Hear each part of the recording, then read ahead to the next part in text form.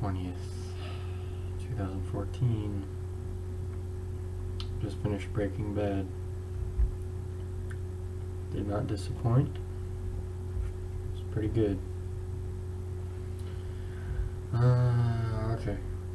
Today, I didn't do anything, so let's skip that. I want to talk about my book, actually. Been talking about it with my brother today. I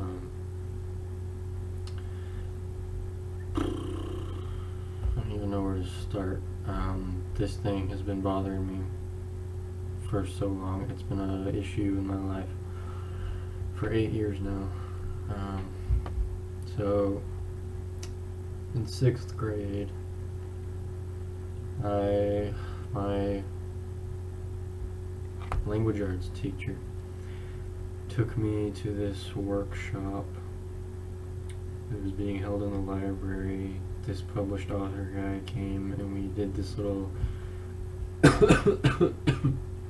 sorry we did a thing where one of the exercises we did, he wrote a sentence on a whiteboard, and we used that as a first sentence, and we kind of just wrote a paragraph or whatever, a story. And the sentence he wrote was, "The back door slammed behind me."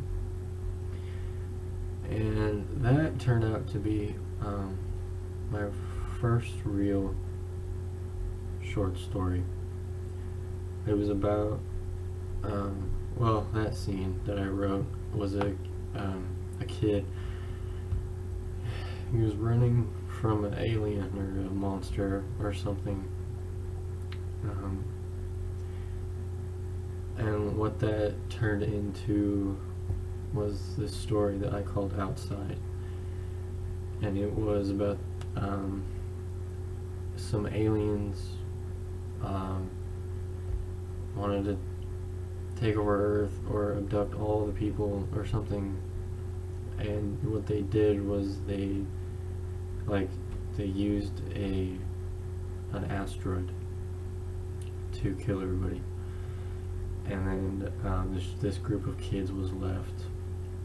And I was gonna plan on having something to do with they get a spaceship that, I don't know, maybe they killed an alien and took his ship or something, but they were gonna go up to like the mothership and kill everybody. I don't know. I didn't write it that way, and I was in 6th grade, so it was just stupid. But what that story ended up turning into, well, the next phase that it turned into was I took out the aliens, and it was just an asteroid that hit Earth, and it wiped out everybody except these 6 teenagers, and they ended up repopulating the Earth after a few hundred years or whatever. I don't know. Well, during this time where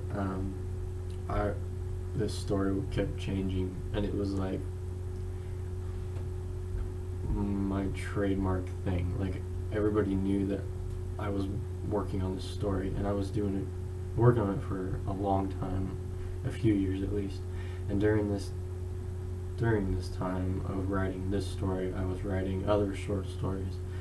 I wrote one called The General.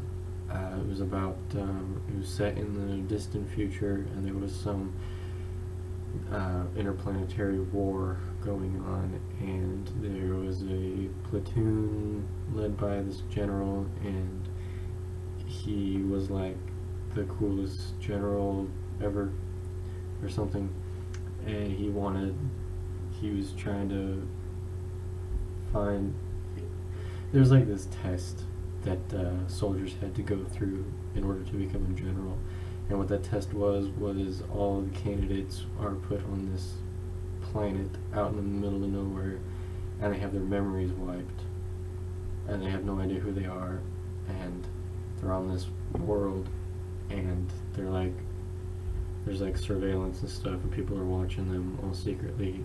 And I guess the purpose of this test is to like see who these people like really are, and with the hopes that they find a person who's like actually a good person and hasn't just been acting like one, and he gets to be general. I don't know.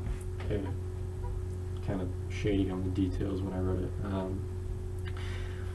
Wrote another one called Farewell Terra, which is about it's the journal of a boy. He's on the last ship to leave Earth.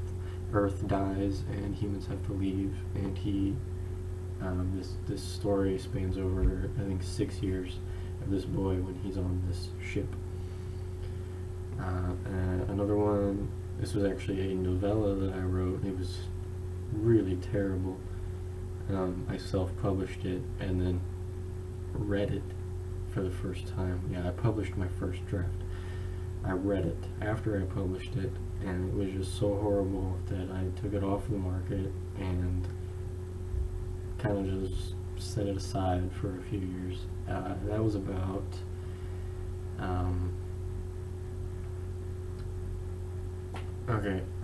it was about there was this really advanced race of aliens who decided that Earth,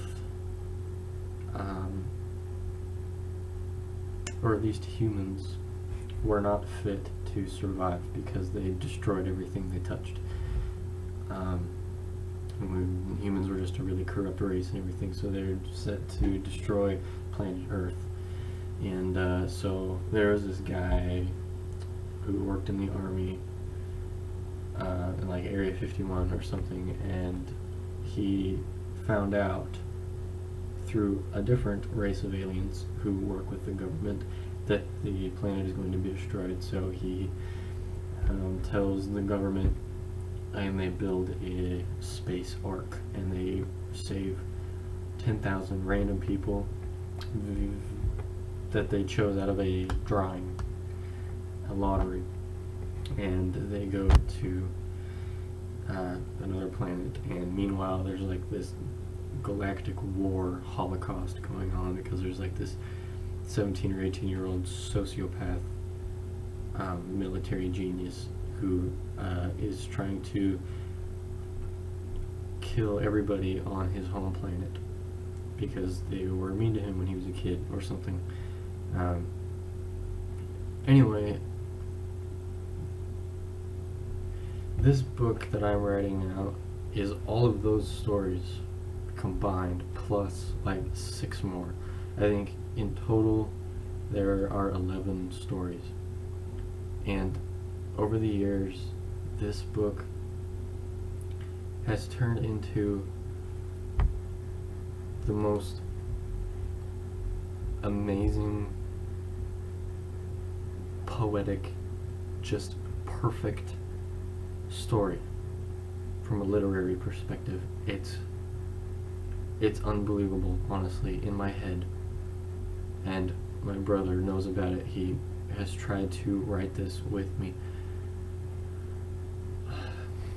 This story, it starts, I don't know how far back. It's not specific the time when it starts, but it's prehistory. It starts on a different planet, and it goes before the fall of mankind, right? I've taken a lot of religious things and putting like a sci-fi twist on them. There's like Atlantis is in there, and it goes throughout all of pre-human history, and then it skips ahead to the near future, like circa 2030 or whatever, and then it skips ahead like more than 300 years after that, and then a few thousand years after that. But I mean, it's about a guy, basically. It all boils down to a guy trying to find out who he is, because he has no idea who he is. And this guy, he has these godlike powers. And because of that, everyone thinks he's a god, including him. But he's just a total jerk to everyone. And in trying to prove to himself that he is a god, he completely just screws up the entire universe and changes the destiny of mankind.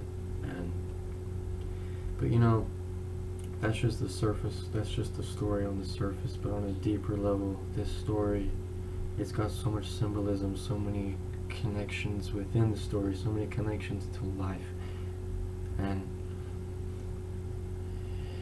it's honestly, I was talking to my brother today, and we both agree that we can't write this. It is too big, too complex, too awesome, and too perfect a story for us to write. He's a much better writer than I am. Actually, he's working on publishing a book. It's called The Boy with Seven Faces, and when that comes out, you guys should totally read it because it's pretty good. But even he admitted he's not good enough to write it, and I know I'm not good enough to write it.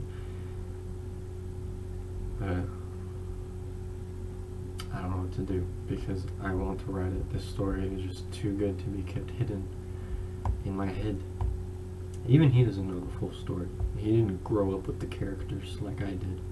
I've known these characters in my head since I was in 6th grade. It's been 8 years now. He knows the basic gist of the story, but not like I do. And I just appreciate the impact that this story will have on mankind. I wrote up a summary and gave it to this published author that I met online, who's actually pretty successful.